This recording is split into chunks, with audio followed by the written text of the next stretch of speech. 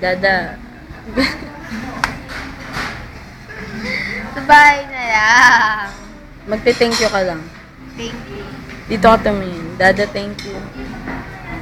Dada, thank you. Graduate na ako. Graduate na ako.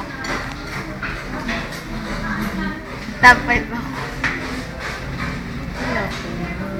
Bukas? Ano meron bukas? Bukas recognition.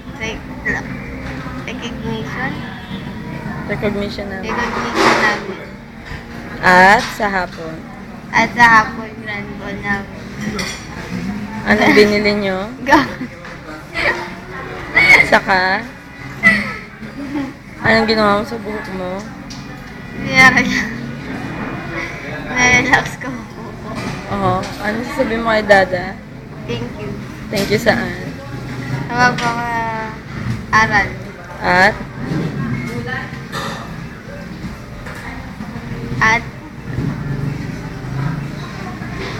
I love you. Bye. Bye.